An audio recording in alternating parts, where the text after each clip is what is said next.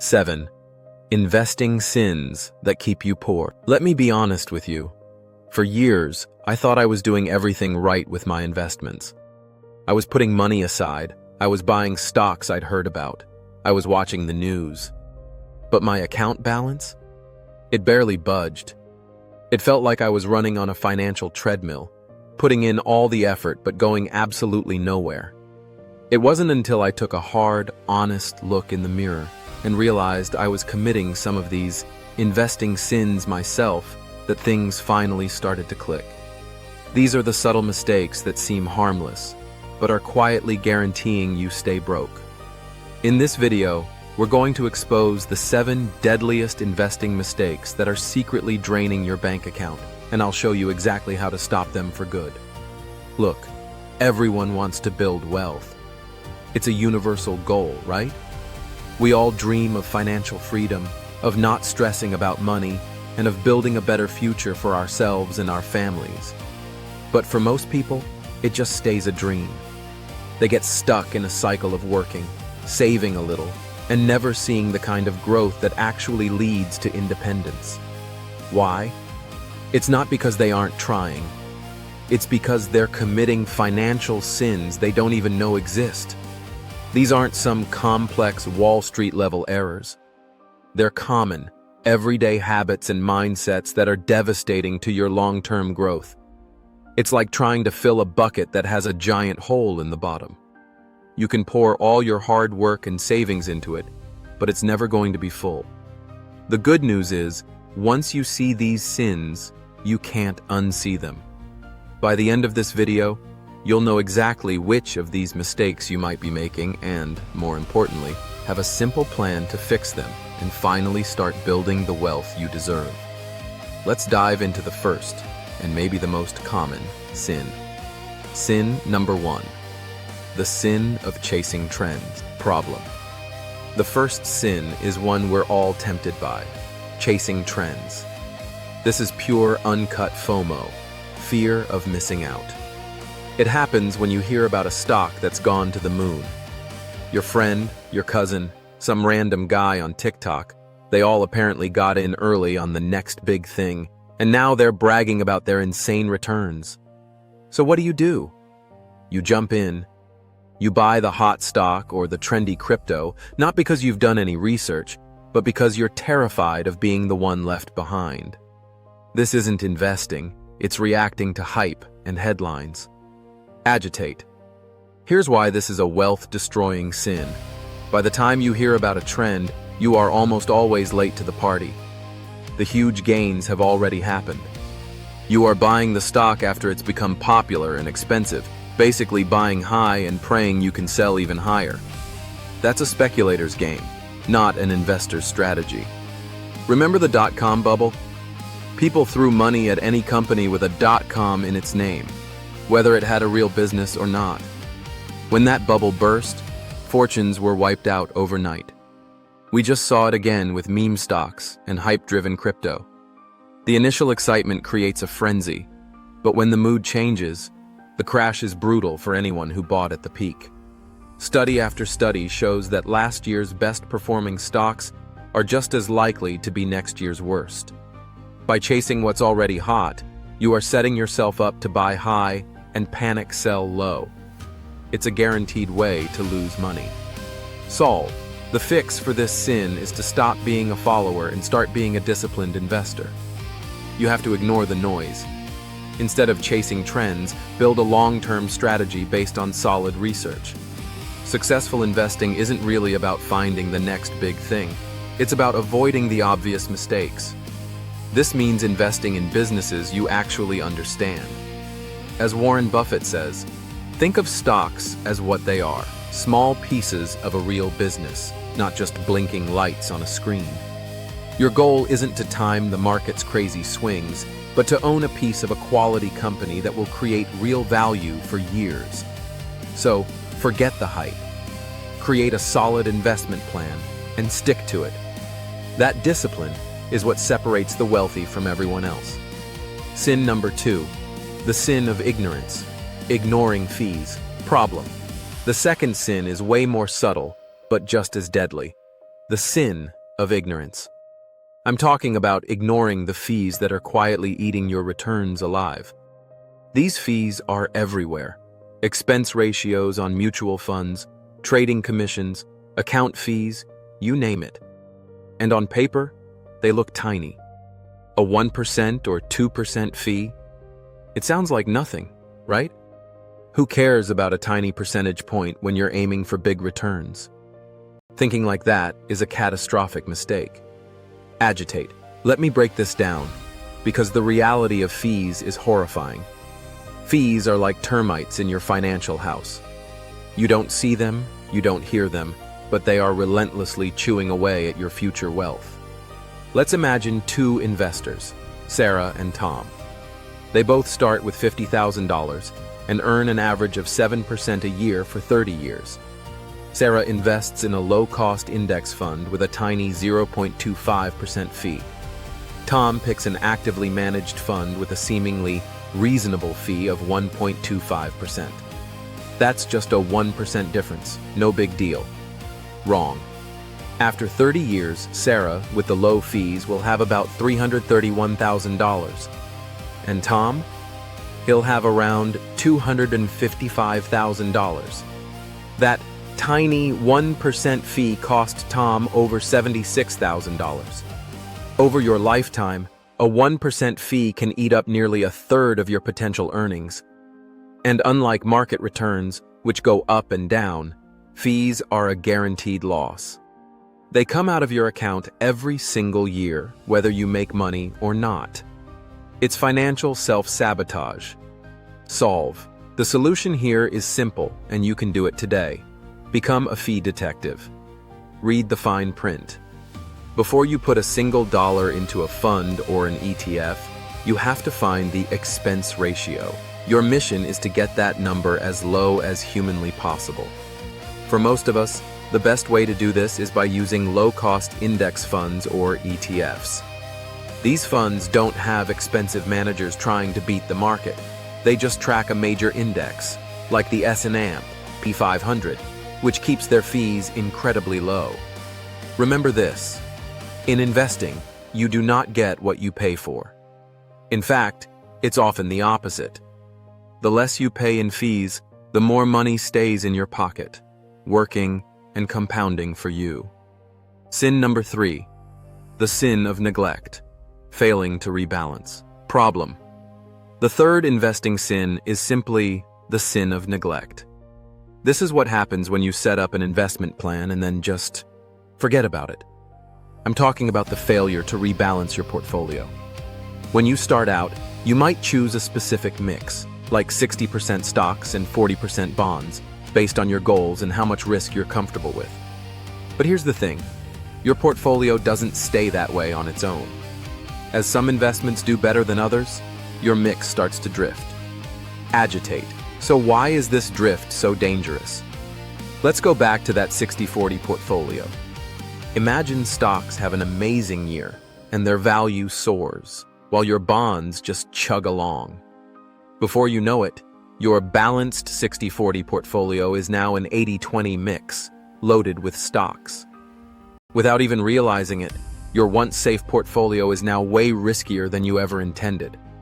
You're way too exposed to stocks.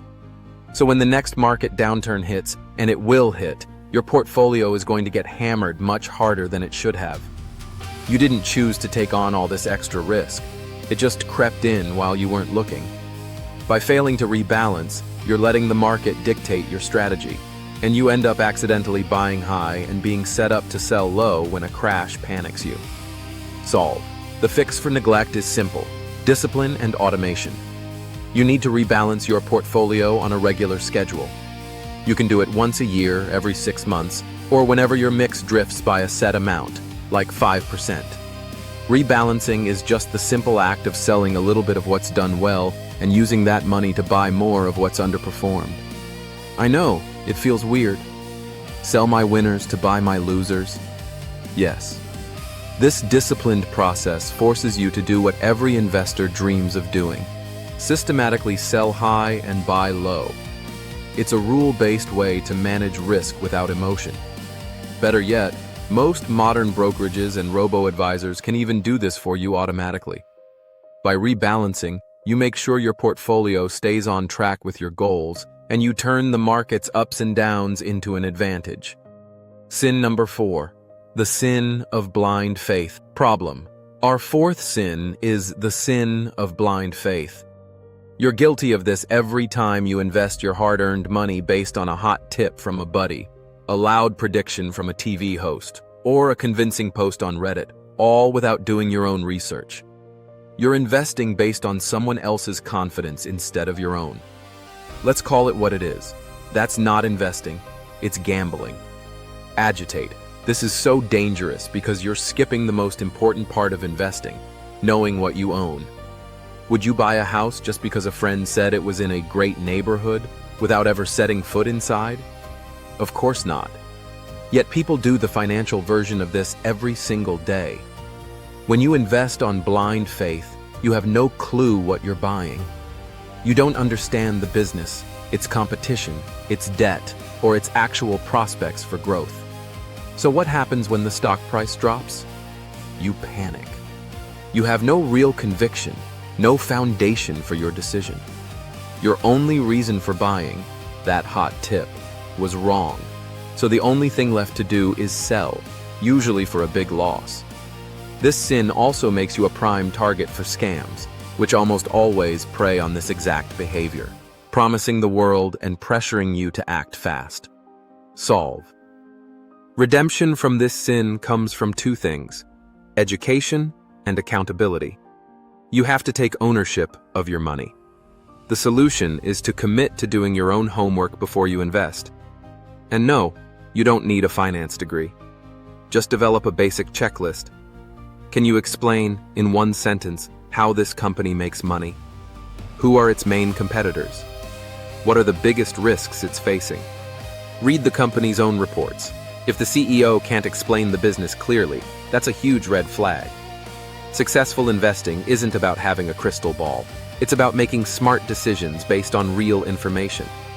When you invest in what you know, you can hold on with confidence when the market gets shaky, because you understand the long-term value. If you're finding this helpful, and maybe feeling a little called out on one of these sins, do me a favor and hit that like button. It just takes a second, but it tells YouTube that this is good information, and that helps the channel reach and help more people who might be making these exact same mistakes. Thanks for that. Now on to sin number 5. Sin number 5, the sin of all-in, overconcentration. Problem. The fifth, and maybe the most catastrophic sin, is the sin of all-in, or overconcentration. This is putting all of your eggs in one basket. It's when you dump a massive part of your portfolio into a single stock, or maybe a few stocks in the same industry, because you're absolutely convinced it's a sure thing. Maybe it's the company you work for or a tech stock that seems like it can't be stopped. You pour a huge chunk of your net worth into it, dreaming of getting rich quick. Agitate. This sin is born from overconfidence, and it can lead to absolute financial ruin. Yes, concentration can build wealth, but it's a double-edged sword that can destroy it just as easily. There's a reason they call diversification the only free lunch in investing. When your entire financial future is tied to the fate of one company or one industry, you're taking on a terrifying amount of risk. History is littered with the ghosts of sure things. Just think about the employees at Enron. Many had their life savings and their retirement plans tied up almost entirely in company stock.